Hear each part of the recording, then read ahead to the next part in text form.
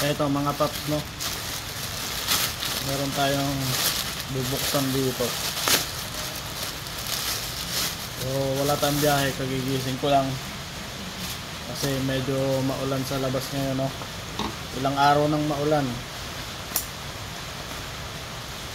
So ito, kailangan nyo to dahil maulan. Siyempre,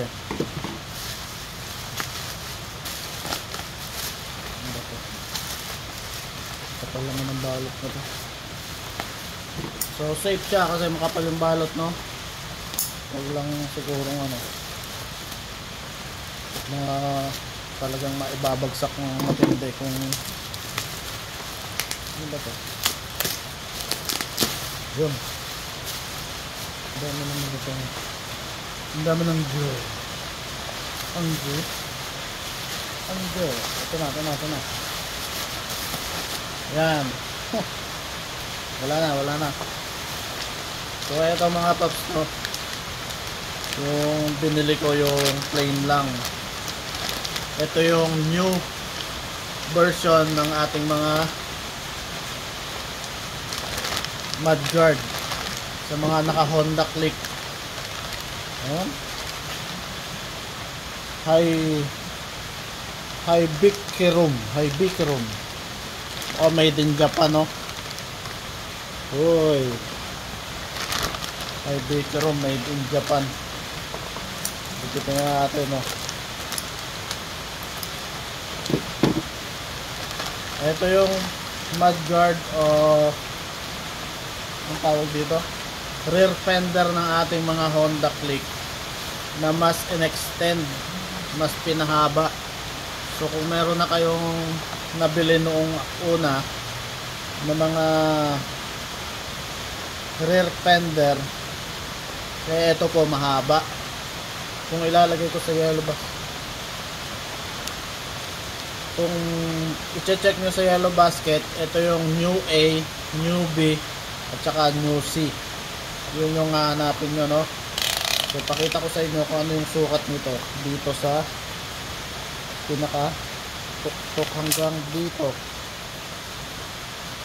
Ayan, nasa 14 inches siya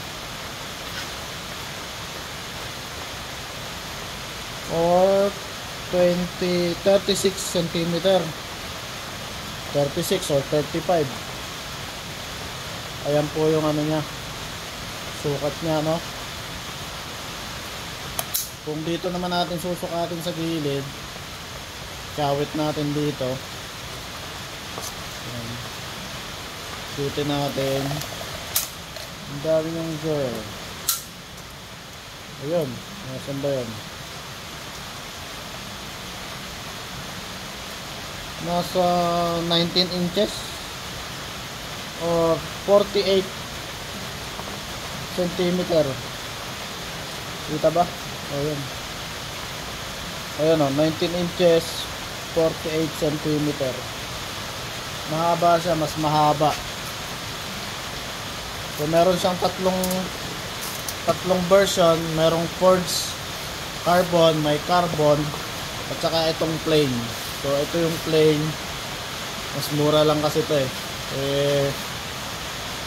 So install na natin, no.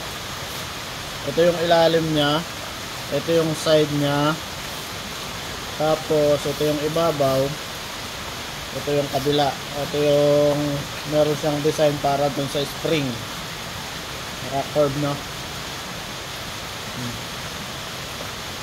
Tapos yung tornilyuhan niya as is lang, wala ka ng yung nakatornilyo lang sa kanya na dalawa. Ito naman yung silipan ng coolant, liquid coolant, no, para sa liquid coolant na. Dalawang tornilyo lang kabila. Tatanggalin mo lang yung, wait na, pakita ko sa inyo. So ayan, ito yung sample na walang mudguard or rear fender yung ating mga motor. Ito yung mga buha-buhangin niya, oh, nandito na.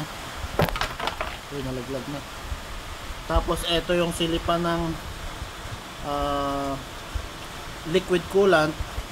Ito naman yung isang tornilyo na tatanggalin natin, diyan natin ikakapit. At ito naman yung isa sa ibabaw. So, bali dalawa lang, nakapatong siya dito sa may maliit na rear fender na ano, sa ewan ko ba bakit ang liit ng rear fender ng Honda Click. Yan, ipapatong natin siya dyan. Ganito. Ayan, ganyan o.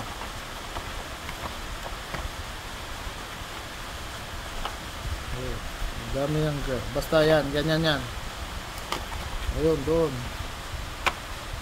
Sasalpak natin yan doon at saka doon sa ibabaw. Tapos ayan na siya.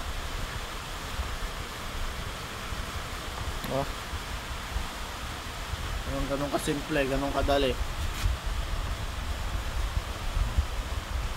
Mahaba siya, mahaba kaysa doon sa, kasi yung luma na rear fender nito binigay ko sa kapatid ko kasi wala siyang rear fender. So ito yung mga hanggang dito lang yon, hanggang diyan lang.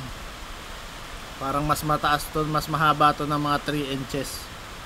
Ganito, hanggang dito lang yon. So yan yun, yung actual nan, yung itsura niya kapag nakakabit na ganyan. So yung tire ko dati na ginagamit is 120, fit naman siya, fit sa 120. Sa 110 eto ngayon ano to, 100. Nasaan na yung sukat nito?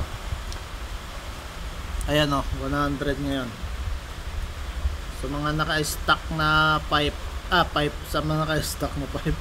Ayun, shoutout sa mga naka-modify na pipe.